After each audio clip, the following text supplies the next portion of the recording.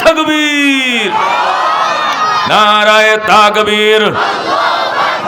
আল কোরআনের আলো, আল হাদিসের আলো, ইসলাম ও মুসলমান জিন্দাবাদ, জিন্দাবাদ। ইসলাম ও মুসলমান, বিশ্ব নবীর অপমান সইবে না রে মুসলমান, বিশ্ব নবীর অপমান। সংসদে আইন চাই, নবীর পরে নবী নাই। সংসদে আইন চাই, সংসদে আইন চাই। নারায়ে তাকবীর। মাশাআল্লাহ। এখন আর ঠান্ডা নাই শরীরে, কি করে একটু গরম হয়েছে না শরীরটা? আলহামদুলিল্লাহ। এখন আলোচনা চলবে, কথা ঠিক কিনা? ইমানই বলে আমরা অত্যন্ত বলিয়ান। এখান থেকে নারায়ে তাকবীর দিলে আমেরিকাও ডরায়, কথা ঠিক কিনা? ইন্ডিয়া তো মনে করেন হরে রাম হরে কৃষ্ণ কইতে কইতে লুঙ্গি নষ্ট করে, কথা ঠিক কিনা? কারণ নারায়ে তাকবীর মুসলমানকে শমশির, নারায়ে তাকবীর, কথা ঠিক কিনা? মুমিনুকে শমশির, নারায়ে তাকবীর। মুসলমানদের শমশির মানে তরবারি, মুসলমানদের সবচেয়ে বড় তরবারি হলো কি? নারায়ে তাকবীর। এই স্লোগান যখন ময়দানে মুখরিত করে বেঈমানদের কলিজা অপারেশন শুরু হয়ে যায়, অস্ত্র অর্পণ করে দৌড়ায়, কথা ঠিক কিনা? মেরে ভাই ও দোস্ত বুজুর্গ, কিন্তু শারীরিক দিক থেকে আমরা দুর্বল, শরীরের গঠন গাঠন ছোট। আমরা মেহেন্দি পাতা ফাললে হাইব্রিড বেগুন গাছের বেগুন পাড়তে গেলেও কোঁড়া লাগে, কথা ঠিক কিনা? আমি ফোনে 3 হাত বেগুন গাছ 3.5 হাত, আমি লাগ পাই না, কথা ঠিক কিনা? এক সময় এমন ছিল মানুষ শক্তিশালী যে মনে করেন একটা ছাগল দিয়ে একজনে নাস্তা করত। আর আমরা এখন আখেরি জামানে এত দুর্বল যে একটা পোল্ট্রির ফার্মের মুরগি আইনা 8 জনে খাইয়া আবার সকালের লাগে তরকারি রয়ে গেছে, কথা ঠিক কিনা? এক ছাগল দিয়ে একজনে নাস্তা করতো, এখন এক মুরগি দিয়ে ফ্যামিলি সব খাইয়াও কিছু আলু দিয়ে দিছে তরকারির মধ্যে, সকালের খাবারটাও এই তরকারিতে যেন চলে যায়, আর নতুন তরকারি সকালে পাকাইতে হবে না। এই হলো আমাদের শক্তির অবস্থা, কথা ঠিক কিনা? দেরাত পানি হইলে নৌকা খুঁজি আমরা, বনে ইসরায়েল নীল নদ পাড়ি দিত, হাঁটু জল হতো। জোরে কোন আল্লাহু আকবার। কত লম্বা ছিল, কত লম্বা ছিল। হযরতে নূহ আলাইহিস সালামের উম্মত, মেরে ভাই ও দোস্ত বুজুর্গ, 2500 বছর বয়সে মাত্র সাবালেগ হইতো। জোরে কোন সুবহানাল্লাহ। আদ এবং কওমে সামুদরা 3500 বছর, 3000 বছর, 4000 বছর হায়াত পাইতো। জোরে কোন সুবহানাল্লাহ। হযরত নূহ আলাইহিস সালামের কাছে তার উম্মত এসে বিচার দেয়, নবী গো, আমার খালি বারবার পোলাফান মরা যায়, অকালে আমার পোলাফান মারা যায়, একটু দোয়া করেন আর যাতে আমার পোলাফান যাতে না মরে। অকালে পোলাফান মরে না, ওই 1 বছর পরে 6 মাস পরে মারা যায়। নূহ আলাইহিস সালাম কয় কবে মারা গেল, কত বছর হইল? কয় একটা মারা গেছে 2200 বছর হইতে মারা গেছে, আরেকটা মাত্র 2300 বছর পড়ছিল, এরপরে হেডা মারা গেছে, আরেকটা 1500 বছর হইতে মারা গেছে। নূহ আলাইহিস সালামের জামানায় তারা অভিযোগ করতেছে যে অকালে বাচ্চা মারা যায়। অকালে বুঝেননি, অপ্রাপ্ত বয়স অবস্থায় বাচ্চাগুলো মারা যায়। একটা তাবিজ দেন, নাহলে একটু দোয়া করেন, না একটা ফু সারা দেন যাতে অকালে বাচ্চা না মরে। তো নূহ নবী জিজ্ঞাসা যে অকালে মানে কয় বছর বয়সে মারা গেছে? কয়েকটা মারা গেছে 2200 বছর বয়স, মাত্র 2500 পাইল না পুরোটা, আরেকটা 2300 বছর পাইছিল, আরেকটা 1500 বছর। এই অল্প বয়সে পোলাপান মারা গেলে বিয়ে শাদিও করাইতে পারে না, আমার বাচ্চাগুলো মারা গেছে, দোয়া করেন সামনে যেন আমার বাচ্চারা অকালে না মরে। ও মুসলমান, এখন আন্দাজ করে দেখো এক একটা উম্মত হায়াত কত পাইতো। জোরে কোন আল্লাহু আকবার। 2500 বছর বয়স হলে তারা মেচুরিট হইতো, প্রাপ্ত বয়স্ক হতো। মেয়ে হইলে বিয়ের সন্ধান করতো, ছেলে হইলেও মেয়ে খুঁজতো, মেয়ে হইলে ছেলে খুঁজতো। 2500 বছর পাড়ি দেওয়ার পরে ও মেরে ভাই দোস্ত বুজুর্গ, অত সে উম্মতের অবস্থা। আল্লাহর হাবিব বলেন, আমার ও উম্মতি মা বাইনা 70 ও 60, আমার উম্মতের হায়াত 60 এবং 70-এর ভিতরে শেষ হয়ে যাবে। আমার উম্মতের হায়াত 60-70-এর ভিতরে শেষ। মেরে ভাই দোস্ত বুজুর্গ, আমরা বয়স কম, শরীরের গঠন কম, খাবার দাবার কম, সামর্থ্য কম, 10 কেজি মাল আঙ্গায় নিতে পারি না, বুড়ো হইলে তো লাঠি ছাড়া হাঁটতেই পারি না, মশা মাছির সামনে আমরা অসহায়। কিন্তু আখেরে নবী উম্মত হওয়ার কারণে, পরওয়ারদিগারের উপরে মজবুত ঈমান আনার কারণে আমাদেরকে দিয়ে জান্নাত উদ্বোধন হবে। জোরে কোন সুবহানাল্লাহ। আমাদের আগে অন্য কোন উম্মত জান্নাতে যেতে পারবে না। জোরে কোন আলহামদুলিল্লাহ। এই জন্য এই উম্মতের বড়াই, এই উম্মতের লড়াই তাকওয়া দিয়া, আমল দিয়া, ঈমান দিয়া, তাকওয়া দিয়া, শক্তি দিয়া নয়, সামর্থ্য দিয়া নয়, সুন্দর গঠন দিয়া নয়, সুন্দর চেহারা দিয়া নয়, উচ্চ বংশ দিয়া নয়, গোত্র দিয়া নয়, পয়সা দিয়া নয়, ক্ষমতা দিয়া নয়। এই উম্মতের বড়াই আর লড়াই তাকওয়া দিয়া। জোরে কোন সুবহানাল্লাহ। আল্লাহ তাআলা কোরআনে কারিমের মধ্যে সূরাতুল হুজুরাত 29 নম্বর পারায় সূরাতুল হুজুরাতের 12 নম্বর আয়াতে আল্লাহ ইরশাদ করেন, ইয়া আইয়ুহান নাস, ইয়া আইয়ুহান নাস, ওরে মানব জাতি, ওরে মানুষ সকল, ওরে লোক সকল, ইন্না খালাকনাকুম মিন যাকারিন ওয়া উনসা, নিশ্চয় আমি আল্লাহ তোমাদেরকে পুরুষ এবং নারী হিসেবে সৃষ্টি করেছি। ওয়াজআলনাকুম শুউবান ওয়া কাবাইল, এবং তোমাদেরকে বিভিন্ন বংশে এবং গোত্রে বিভক্ত করেছি। লিতাআরাফু, এটা শুধু দুনিয়ার পরিচয় লাভ করবা মাত্র। পরিচয় লাভ করার জন্যই তুমি গোত্রের ব্যবধান, এ মুসলমান বংশের ব্যবধান। কেউ তালুকদার, কেউ শিকদার, কেউ খান, কেউ পাঠান, কেউ চৌধুরী, কেউ ব্যাপারী, কেউ পাটুয়ারি, আছে না নাই? এই যে বংশ, আল্লাহ বলেন ওয়াজআলনাকুম শুউবান ওয়া কাবাইল, আমি তোমাদেরকে বিভিন্ন বংশে এবং গোত্রে বিভক্ত করেছি। লিতাআরাফু, এটি শুধু পরস্পর পরিচয় দিবা, আর কিছু নয়। শিকদার সাহেব মাইয়া বিয়ে দিয়েছেন কার কাছে? ও তালুকদার সাহেবের ছেলের কাছে। তালুকদার মেয়ে বিয়ে দিয়েছেন কার কাছে? ও চৌধুরীর পোলার কাছে। চৌধুরী সাহেব, আপনার বেয়ার নাম কি? আমার বেয়ার নাম হলো ব্যাপারী সাহেব। এই যে পরিচয়, এই বংশগোত্র না থাকলে, সব যদি একই বংশের হইতো তাহলে পরিচয় দেওয়া মুশকিল হয়ে যাইতো, চিনানো পরিচয় দেওয়া মুশকিল হয়ে যাইতো। এই জন্য আল্লাহ দুনিয়াতে বংশ দিছি, গোত্র দিছি, এটা পরস্পর পরিচয় মাত্র। ইন্না আকরামাকুম ইনদাল্লাহি আতকাকুম, নিশ্চয় তোমাদের মধ্যে ওই মানুষ আমি আল্লাহর কাছে বড় দামি, আমি আল্লাহর বড় আপন, যে মানুষের ভিতরে তাকওয়া বেশি, তাকওয়া বেশি। জোরে কোন সুবহানাল্লাহ। আল্লাহ বুঝাইলেন, বংশ দিয়ে আমার আপন হওয়া যাবে না, পয়সা দিয়ে আমার আপন হওয়া যাবে না, সুন্দর চেহারা দিয়ে আমার আপন হওয়া যায় না, পয়সা দিয়ে আপন হওয়া যায় না, গোত্র দিয়ে আপন হওয়া যায় না, শক্তি দিয়ে আপন হওয়া যায় না, ক্ষমতা দিয়ে আপন হওয়া যায় না। আমি আল্লাহর আপন হওয়া যায় তাকওয়া দিয়া। সুবহানাল্লাহ। তাকওয়া কোথায় থাকে? সাহাবীরা বলে, হুজুর তাকওয়া কই পাওয়া যায়? নবী বলে, আত তাকওয়া হাহুনা, তাকওয়া অন্তরে জায়গা পায়। কোথায় পায়? তাকওয়া পাওয়া যায় অন্তরে। তাকওয়া দানের গোলায় পাওয়া যায় না, তাকওয়া ব্যাংকে পাওয়া যায় না, তাকওয়া বাজারে কিনতে পাওয়া যায় না, তাকওয়া সংসদে না, তাকওয়া গণভবনে নয়, তাকওয়া বঙ্গভবনে নয়, তাকওয়া জমিদারির ভিতরে নয়, তাকওয়া বংশগোত্রের ভিতরে নয়, তাকওয়া হলো দিলে থাকে। ওই তাকওয়ার মালিকরা আমি আল্লাহর বড় আপন, আর কেউ নয়। যখন আল্লাহু আকবার। মেরে ভাই ও দোস্ত বুজুর্গ, তাকওয়া আল্লাহর কাছে অত্যন্ত দামি। হযরত বেলাল হাবশী রাদিয়াল্লাহু তাআলা আনহু সম্পর্কে আয়াতটা নাযিল হয়। আল্লাহ রাব্বী সাল্লাল্লাহু আলাইহি সাল্লাম মদিনা থেকে 10,000 সাহাবায়ে কেরাম নিয়ে তিনি যখন মক্কায় ঢুকলেন, এই ছেলেরাই তোমরা উঠা বসা করছো না, বসে থাকো। এটা বসেছে কি লাগে না বা লাগে, এগুলো বুঝে কিছু ট্যাবলেট, এরা লাগে ওয়াজ আইছে, এরা ওয়াজের লায়ক না, এর উপর নামাজ ফরজ না, রোজা ফরজ না, ওয়াজ শোনা ফরজ না। ওয়াজের মর্ম এরা বুঝবেন। এটা উঠবে আর নাম বসবে আর দাঁড়াবে, ডিস্টার্ব করবে। হ্যাঁ, একটা লড়বি না, কইলাম লড়বি, ঠোপ করে বসে থাক। আল্লাহ হাবিব সাল্লাল্লাহু আলাইহি সাল্লামের উম্মত, আল্লাহ রাব্বুল আলামিন সূরাতুল হুজুরাতের 12 নম্বর আয়াত দিয়ে জগৎবাসীকে বোঝেন, জগৎবাসী অহংকার করলে তাকওয়া দিয়া করো, বড়লোকি করলে তাকওয়া দিয়া করো, গর্ব করলে তাকওয়া থাকলে দেখাও, তাকওয়া থাকলে দেখাও। পয়সা দেখায় লাভ নাই, বংশ দেখায় লাভ নাই, ক্ষমতা দেখায় লাভ নাই, সুন্দর চাহিদায় লাভ নাই, এগুলো সব মাটি হয়ে যাবে। তাকওয়ার ধন নিয়ে তুমি জান্নাতে যাবে। যেরকম সুবহানাল্লাহ। নবী সাল্লাল্লাহু আলাইহি সাল্লাম রাত্রে স্বপ্ন দেখলেন। কি স্বপ্ন দেখলেন? যে সাহাবায়ে কেরামকে সাথে নিয়ে তিনি মক্কায় ঢুকছেন, আল্লাহ গড় তোয়াফ করছেন, সাফা মারওয়া সাই করছেন, মাথার চুল হলক করছেন, কসর করছেন, মানে উমরা করলে যে কাজগুলো করে এগুলো হুবহু নবী করতে দেখছেন, স্বপ্নে দেখছেন। এরপরে সকালবেলা ঘুম থেকে উঠে বলেন, সাহাবায়ে কেরাম আমি কি দেখলাম? কি দেখছেন? দেখেছি আমি আল্লাহর গড় তোয়াফ করতেছি তোমাদেরকে সাথে নিয়ে, এরপরে সাফা মারওয়া সাই করছি, এরপর মাথার চুল হলক, এই যে আশায় যে আমরা ব্লেড দিয়া এভাবে কেউ কেসি দিয়ে কাটে, আর কেউ হলো ব্লেড দিয়ে ছাসে। এই দৃশ্যগুলো দেখলাম, কি দেখলাম? সাহাবায়ে কেরাম বলেন, ইয়া রাসূলুল্লাহ, আল্লাহর নবীদেরকে শয়তান কোনোদিন প্রভাব তৈরি করতে পারে না, নবীদেরকে শয়তান কোনোদিন স্বপ্ন দেখাইতে পারে না। আল্লাহর নবীরা যা স্বপ্ন দেখে এটা ওহী। এটা কি?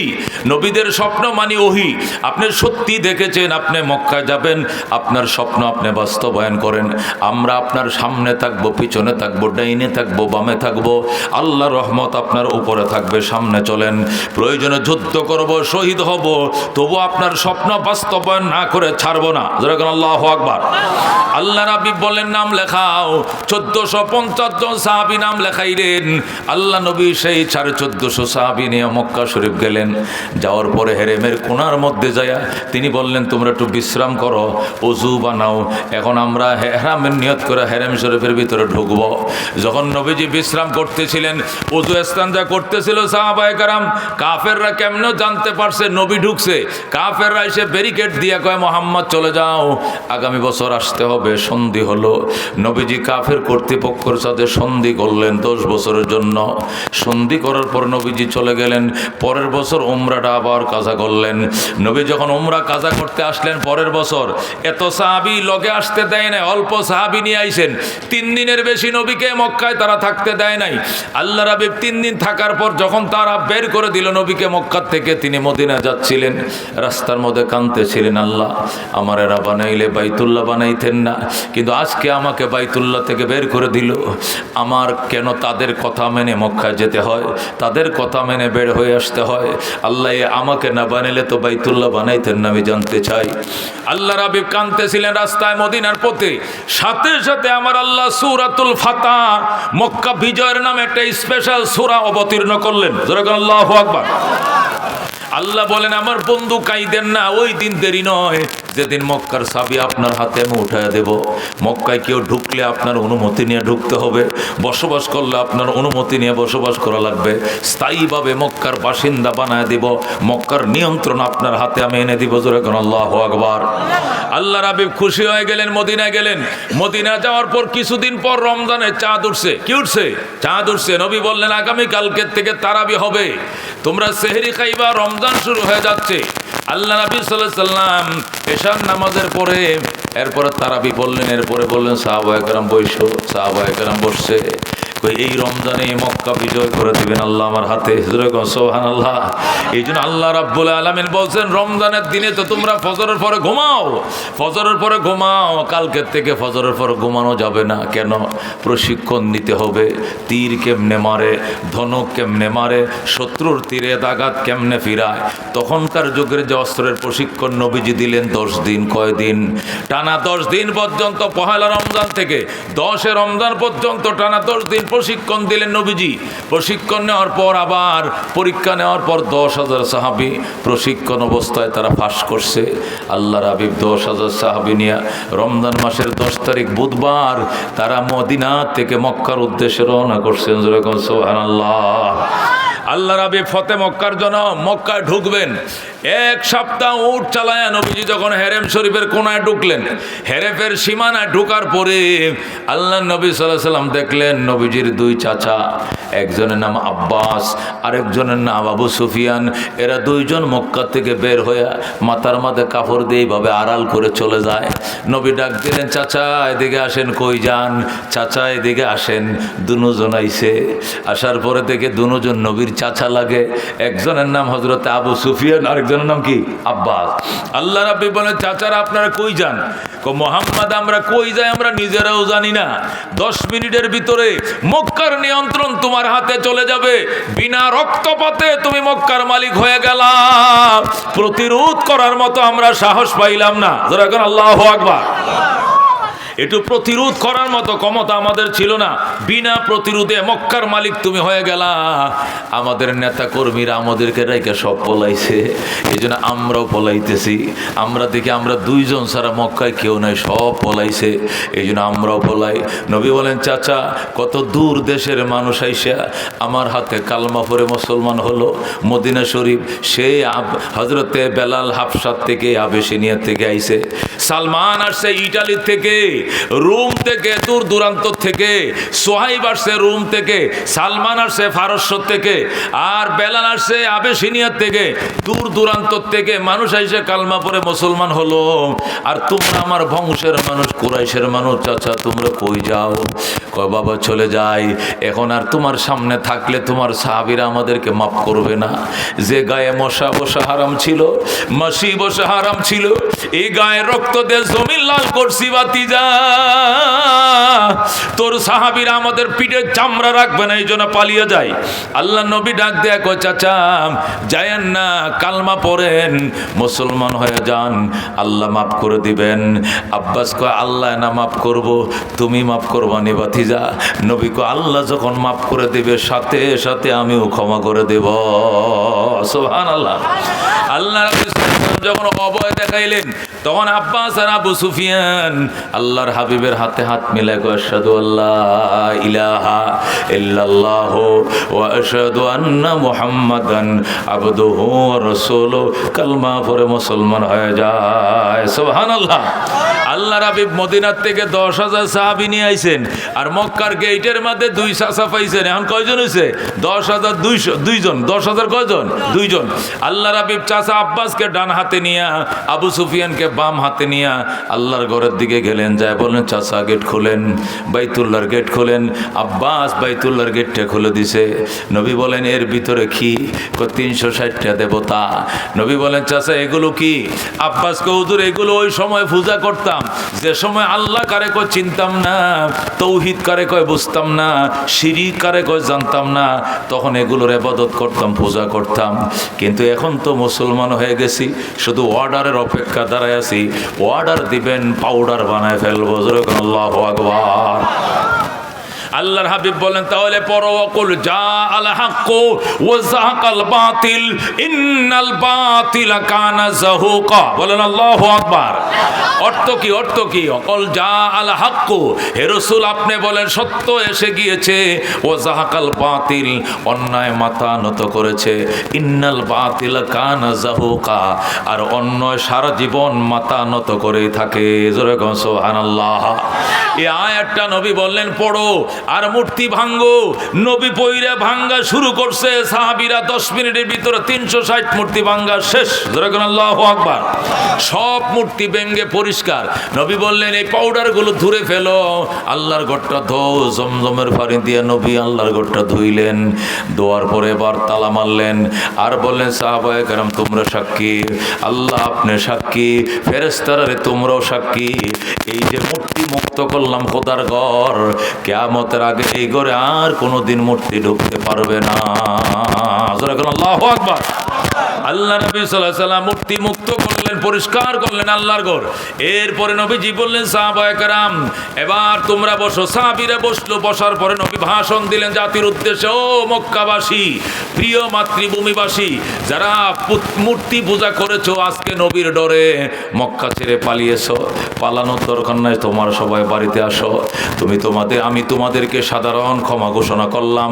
যারা কালমা পড়বা, এখন সকাল 8টা বাজে, দুপুর 2টা পর্যন্ত জোহর পর্যন্ত টাইম দিলাম। এর ভিতরে যাদের নসিবে ঈমান আছে কালমা পড়ে মুসলমান হয়ে যাও, সাধারণ ক্ষমা ঘোষণা করে দিলাম। আল্লাহু আকবার। আর যারা কালমা পড়বা না, তোমরা হেরেম শরীফের 9.5 কিলোমিটার এরিয়ার ভিতরে তোমরা থাকবা না, এরিয়ার বাহিরে অন্য কোথাও আত্মগোপন করো।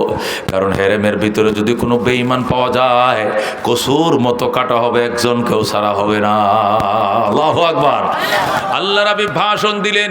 নবীজি ভাষণ দেওয়ার পর 4 ঘন্টার ভিতরে 4,000 কাফের কালমা পড়ে মুসলমান হয়ে যায়। সুবহানাল্লাহ।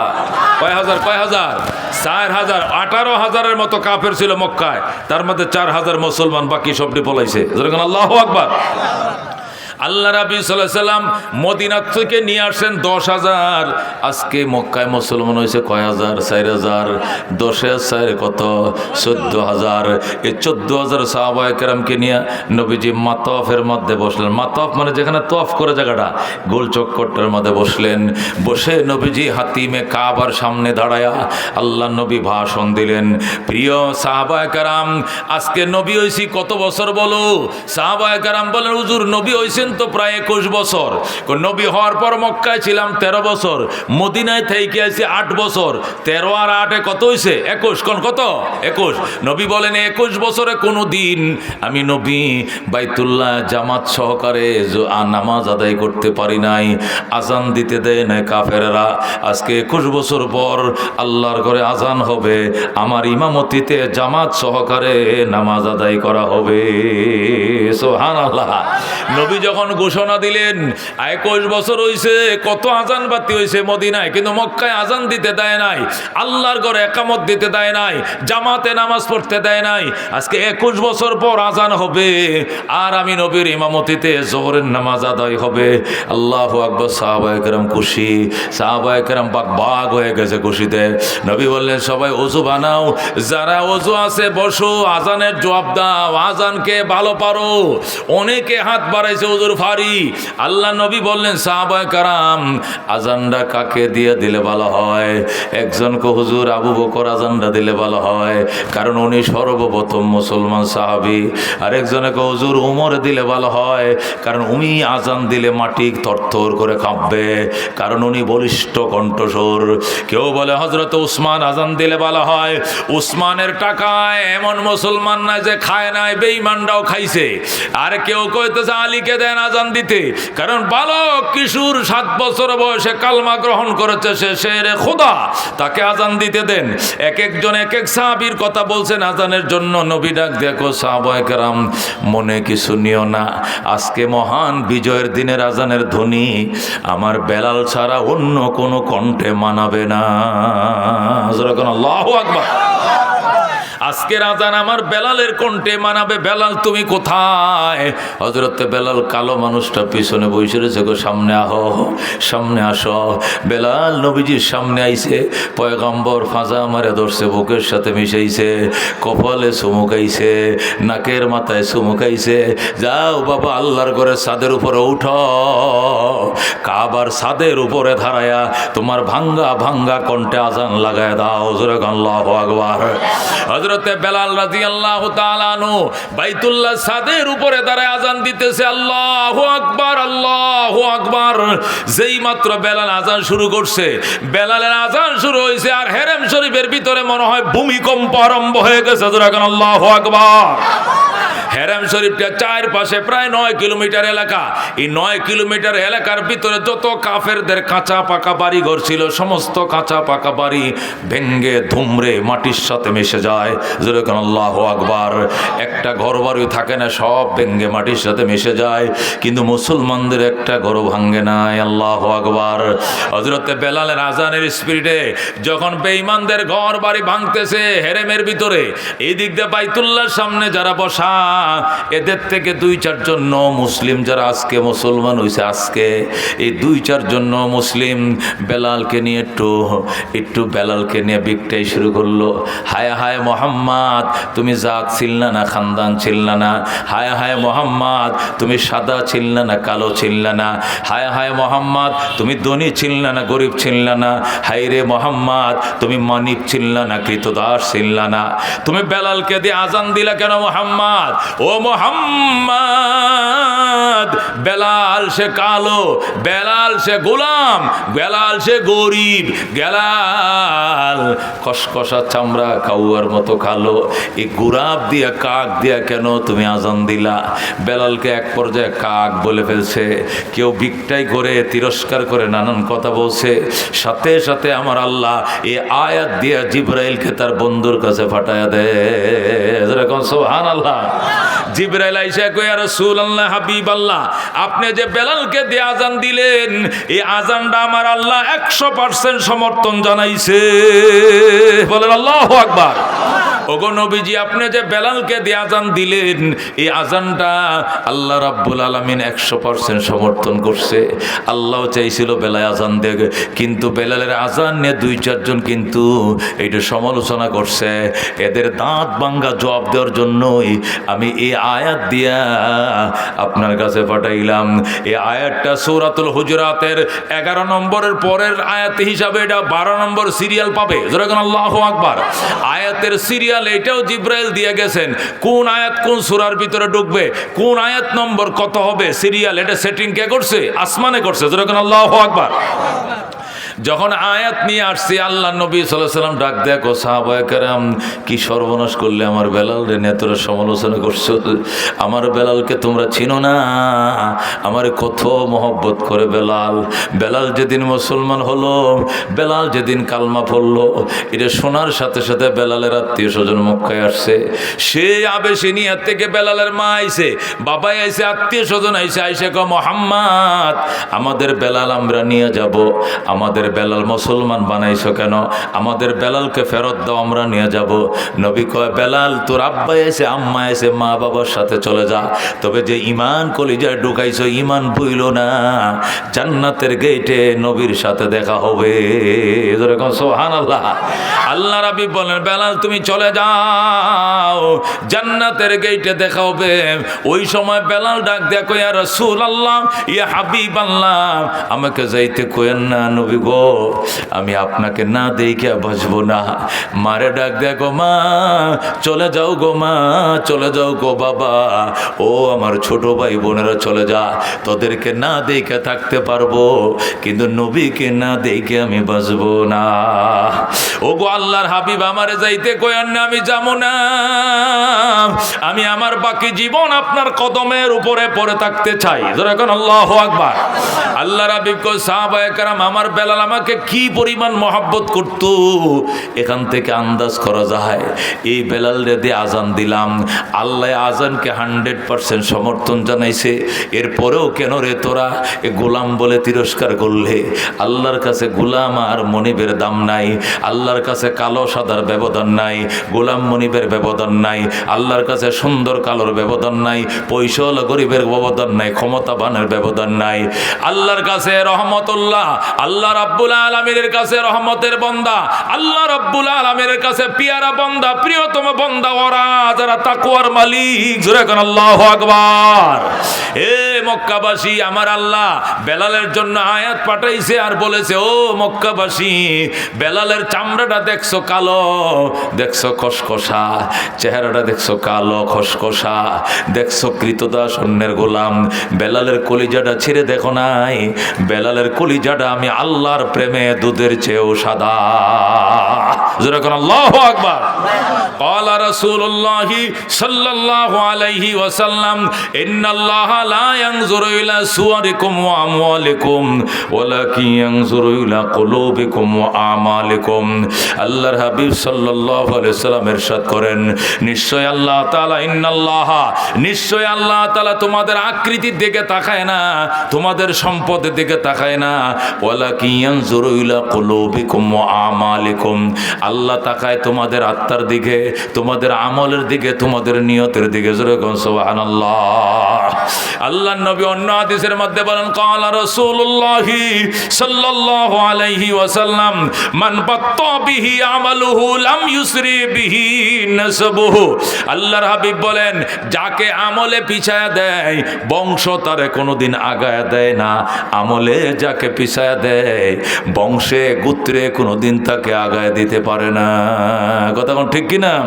মেরে ভাই ও দোস্ত বুজুর্গ রাহমাতুল্লিল আলামিন ডাক দেখো সাহাবায়ে কেরাম কি সর্বনাশ করলাম, আমার বেলালকে নিয়ে তোমরা সমালোচনা করছো। আমার বেলাল আল্লাহর কত প্রিয় তোমরা জানো না? আমার বেলাল রে হাতে বাঁধছে পায়ে বাঁধছে বাইদা মরুভূমির মধ্যে রশি দিয়ে টানে, আর সেখানেও বলে বেলাল বলে আহাদ আহাদ আহাদ।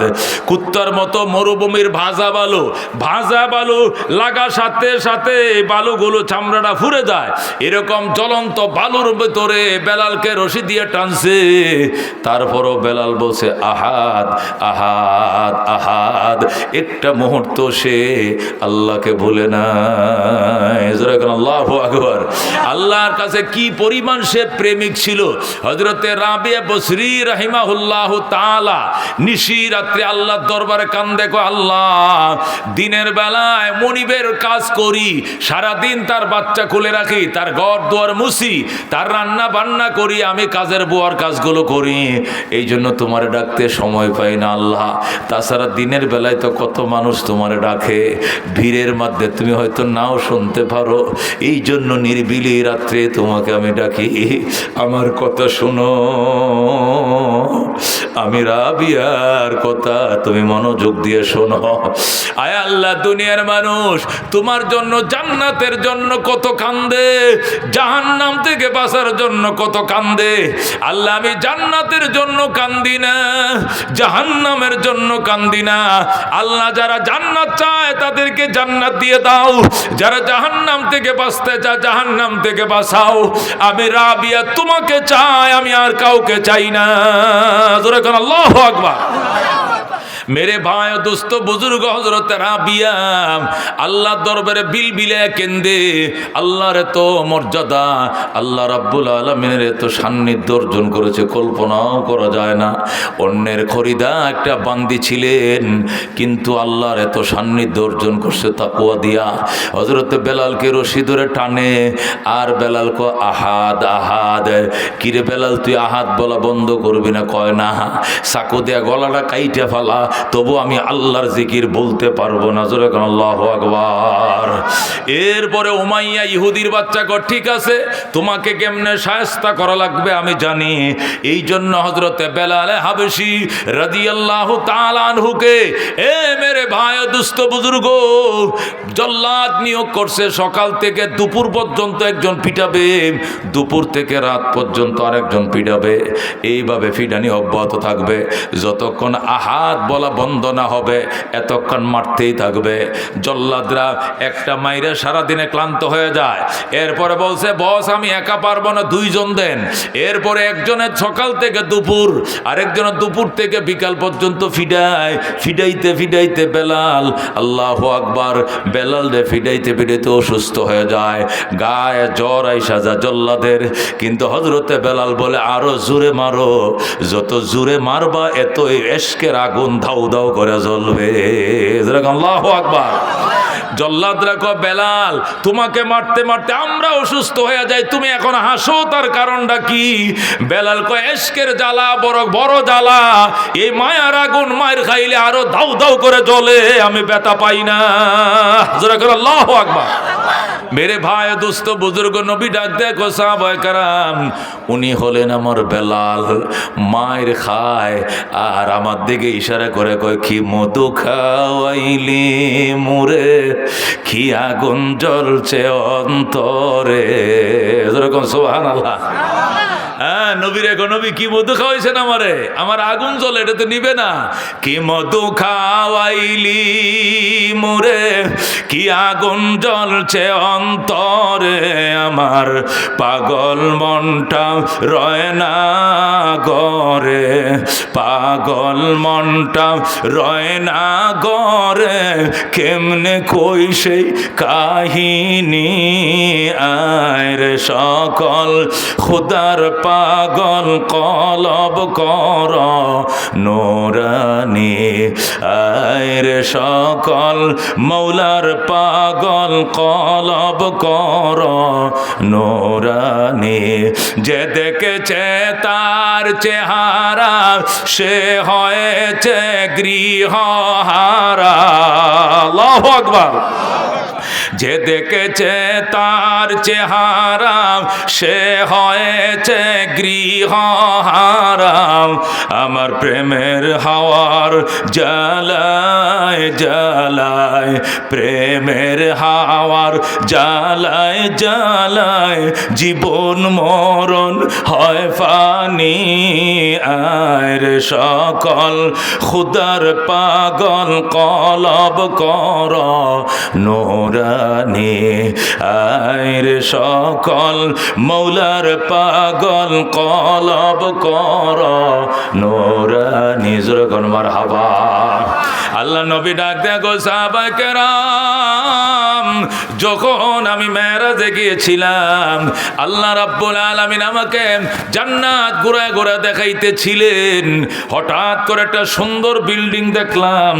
এত সুন্দর বিল্ডিং দেখে আমি আবির্ভূত হয়ে গেলাম। আল্লাহ, এত সুন্দর দালান, এত সুন্দর প্রাসাদ তুমি কার জন্য বানাইছো? আমি আফসোস করতেছিলাম, হঠাৎ করে দেখি একটা টলফিকার যুবক, চাঁদের মতো সুন্দর তার চেহারা, ওই বিল্ডিং থেকে বের হইয়া সামরার জুতা পাও দেয়া চট্টর চট্টর করে হাইটা যায়। আমি নবীকে সালাম জানাই, যারা এখন আল্লাহু আকবার। আমার আসসালাতু ওয়াসসালামু আলাইকা ইয়া রাসূলুল্লাহ। আমি বললাম, ফেরেশতারা রে, এই যুবকটা কে? কি যুবক মানুষ নাকি ফেরেশতা? ফেরেশতারা কয়, ইয়া রাসূলুল্লাহ, উনি ফেরেশতা না, উনি মানুষ। আপনি কি ওনাকে চিনেন না? উনি আপনার আশিক হযরতে বেলাল। যারা কয় সুবহানাল্লাহ। নবী ডাক দেয়া কয়, ফেরেশতা রে, আমার বেলালকে আমি মক্কায় রাইখে আইছি। আমার বেলাল তো এখনো মরে নাই। তাছাড়া আমার বেলাল হলো একদম কালো, কুসকুসে কালো। এটা চাঁদের মতো সুন্দর বেলাল জান্নাতে কোত্থেকে আসলো? ফেরেশতারা ডাক দেয়, নবী গো, ইসলামের জন্য এমন কোন রিমান্ড নাই যা বেলাল সহ্য করে নাই। এ কঠিন সহ্যের কারণে আল্লাহ বেলালের মাকামটা কত উঁচায় রাখছে।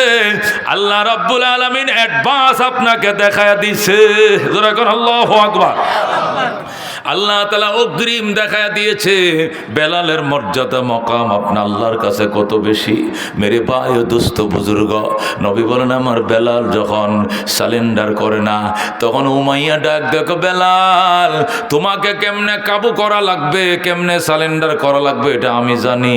বেলাল কো কেমনে কাবু করবা? উমাইয়া কো আমি পারবো। কো কেমনে? কয় বেলাল রে বলতেছে, বেলাল আয়।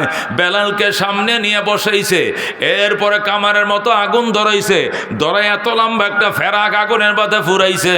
ফুরাইতে ফুরাইতে যখন ওই দাও কাশির মতো লাল হয়ে গেছে, বেলালের জিহ্বাটা টান দেয়া বের করা এই ফেরাকটা জিহ্বার মাঝখানে ঢুকায় দিছে। জোরে কর নাউজুবিল্লাহ। মেরে ভাই দোস্ত বুজুর্গ, এই ফেরাকটার কারণে জিহ্বাটা ছিদ্রের ভিতরে ঢুকছে। এরপরও বেলাল আল্লাহর ডাক দেখো, আল্লাহ আল্লাহ। চামড়ার জিহ্বার মধ্যে ফেরাক লাগাইছে, কলবের জিহ্বা এখনো আপনার প্রেমের জিকির করে। জোরে কর সুবহানাল্লাহ। মেরে ভাই দোস্ত বুজুর্গ, হযরতে বেলাল হাবশী রাদিয়াল্লাহু তাআলা আনহু যখন আল্লাহর হাবিব সাল্লাল্লাহু আলাইহি সাল্লামের কাছে সংবাদ পাঠাইছে, জিহ্বার মাঝে ফেরাক দিয়ে রাস্তার কিনারে শুয়ে রাখছে, মানুষ দলে দলে এসে দেখতেছে আর মুস্কি হাসতেছে আর বলতেছে, হায়রে মুসলমানদের এত দুর্দশা। বেলাল ডাক দেখো, আপনারা কারা গো? নবীজিকে আমার সালাম কয়েন। নবীকে বললেন, আমার জন্য দোয়া করতে, আমি বড় কষ্টে আছি গো। নবীরে আমার সালাম কয়েন। কে যেন নবীরে সালাম দিয়ে দিছি, ইয়া রাসূলুল্লাহ, আপনার বেলালের জিহ্বার মধ্যে ফেরাক ঢুকাইছে আর বেলাল রাস্তার কিনারে শুয়ে কাঁদতেছে, আপনাকে সালাম দিছে বেলালের জন্য দোয়া করার জন্য। আল্লাহর হাবিব ডাক দেখো, আবু বকর আয় বাবা, জলদি আয়। মক্কার শিল্পপতি ছিলে রে আবু বকর, সব ইসলামের জন্য খরচ করেছো, তুমি যে অবদান আমার উপর রাখছো এর ঋণ আমি জীবনেও শোধ করতে পারবো না আবু বকর। ও আবু বকর, আমার বেলালকে তুই কিনে আমি নবীকে সাক্ষী বানায় আজাদ কর। তুই আবু বকরের জান্নাতের জিম্মাদার, আমি নবী হয়ে গেলাম। জোরে কর আল্লাহু আকবার। मेरे भाई दोस्तों बुजुर्ग हजरत सिद्दीक আকবর নবীরে কইয়া রাসূলুল্লাহ আপনি চোখের পানিগুলো মুছে ফেলেন। ওগো আল্লাহর হাবিব চোখের পানিগুলো মুছে ফেলেন আর আপনি দোয়া করেন আমার গায়ের চামড়াটা বিক্রি করে হলেও বেলালকে আমি কিনে ছাড়বো। আল্লাহু আকবার। আবু বকর দৌড় দিছে বেলালের কাছে, ভাই বেলাল আমি তোরে বলছি আহাদ আহাদ, তুই মনে মনে কস, জোরে কইস না। বেলাল ডাক দেখো, ভাই আবু বকর এটা প্রেমের আগুন রে, এটা নিবাইতে গেলে ধাউ ধাউ করে জ্বলে রে আবু বকর, এটা আস্তে বলা যায় না, আস্তে বলতে গেল বুক ফাইটে বের হয় আহাদ আহাদ আহাদ। জোরে কর আল্লাহু আকবার। হযরত বেলাল রাদিয়াল্লাহু তাআলা আনহু আল্লাহ নবী সাল্লাল্লাহু আলাইহি সাল্লামের সালাম পাঠাইলেন। আল্লাহ নবী আবু বকরকে পাঠালেন। আবু বকর দৌড়ে যায়, কয় বেলাল, ও বেলাল আসতে বলো। বেলাল আমি পারতাম না, আমার ফাঁসি হোক, হতে রাজি আছি, তবু আল্লাহর জিকির বন্ধ হবে না। আল্লাহু আকবার। মেরে ভাই ও দোস্ত বুজুর্গ, হযরত আসিয়া একটা মহিলা, ফেরাউন ডাক দেয়া কয় আমাকে ডাকতে হবে, আল্লাহ ডাকা যাবে না। আসিয়া কয় জবে করে ফেলো, রাজি আছি, তবু তোমাকে খোদা ডাকবো না। এরপরে ফেরাউন আসিয়াকে শুলির মধ্যে চড়ায়, উলঙ্গ করে যখন ফাঁসির কাস্টে ঝোলায় আর চাকু দিয়া গুস্তগুলো কাটে, হযরত আসিয়া আর চোখের পানি রাখতে পারে না। আল্লাহর ডাক দেয়া কর, রাব্বি বিনিলি ইনদাকা বাইতান ফিল জান্নাহ ওয়া নাজ্জিনি মিন ফিরাউনা ওয়া আমালি ওয়া নাজ্জিনি মিনাল কওমিজ জালিমিন। আল্লাহু আকবার। আসিয়া ডাক দেয়া গো, আল্লাহ আমাকে ফেরাউনের অত্যাচার থেকে বাঁচাও এবং জালেমদের অবিচার থেকে বাঁচাও, আমাকে তোমার বাসভবনের কিনারে জান্নাত বানায় দাও, ফেরাউন এবং ফেরাউনের দোসরদের থেকে রক্ষা করো। আল্লাহ ডাক দেয়া গো, জিবরাইল আসিয়াকে যায় বলো, আসিয়ার জান্নাত আমি তৈরি করে ফেলেছি। সুবহানাল্লাহ।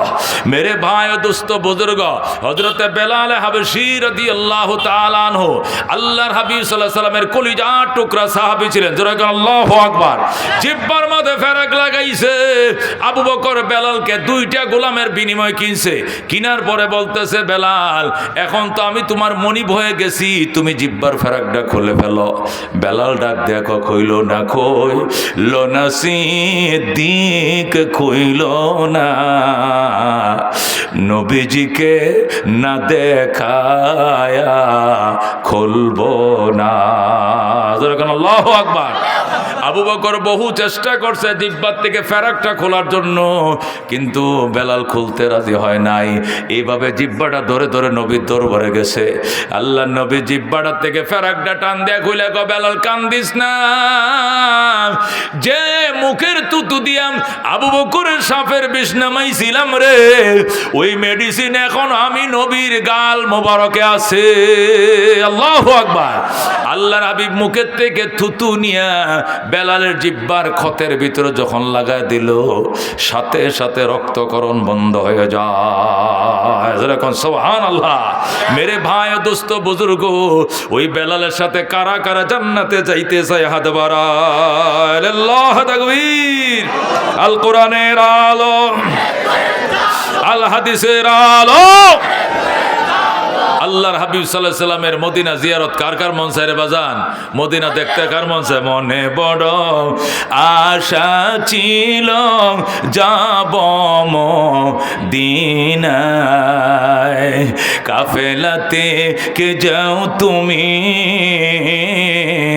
কে যাবে তোরি অবাই, সঙ্গে নিয়ে যাইও মোরে খানে কৃপা করি, সঙ্গে যদি নালাও মোরে গিয়ে মদিনায়, এই গরিবের সালাম দিও মদিনার বাদশাহ। আল্লাহু আকবার। আল্লাহর হাবিব সাল্লাল্লাহু আলাইহি ওয়াসাল্লাম মদিনা রওজা জিন্দা শুয়ে রয়েছে, সালাম দিবেন আর নবী বলবেন ওয়া আলাইকুমুস সালাম ইয়া উম্মতি। যেরকম সুবহানাল্লাহ। আল্লাহ বারবার যাও তৌফিক দান করে, যেরকম আমিন। নবীজির ফ্যামিলি মেম্বার 5 জন। কয়জন? কয়জন ফ্যামিলি মেম্বার? কয়জন? 5 জন। 1 নম্বরে নবী, 2 নম্বরে আলী, 3 নম্বরে ফাতেমা, 4 নম্বরে হাসান, 5 নম্বর হুসাইন। কয়জন হয়েছে? নবী, আলী, ফাতেমা, হাসান, হুসাইন। কয়জন? নবীজির ফ্যামিলি মেম্বার 5 জন। এই 5 জন আল্লাহর বন্দার নামে 5টা আল্লাহর বন্দা চাই। এই এতিমখানা গরিব মাদ্রাসায় এই নবীজির ফ্যামিলি মেম্বার 5টার নামে 5টা আল্লাহর বন্দা চাই। 2 বস্তা করে চাউল দিবেন, 2টা বস্তা চাউল, যার মূল্য 50 কেজি। 2টা চাউলের বস্তার দাম 5000 টাকা। একটা বস্তার দাম 2600 টাকা। মোটার চাউল, দামি চাউল তো অনেক দাম, 5000 টাকা। এটি লাগতো না। মোটার চাউল আমাদের এই এতিম বাচ্চারা খায়। 2টা চাউলের বস্তা দিবেন নবীজির নামে। প্রথমকে দিবেন, হাতটা বাড়ান ইনশাআল্লাহ। প্রথম একজন বলেন যে হুজুর ইনশাআল্লাহ আমি রমজান মাসে এখন পারবো না, রোজার মাসে আজ থেকে 1 মাস 7 দিন পরে রোজা, 1 মাস 7 দিন পরে রোজা রাখবে। রোজা মুখে নিয়ে আইসা 2টা চাউলের প্যাকেট দিয়ে যাবেন, না হলে টাকা দিয়ে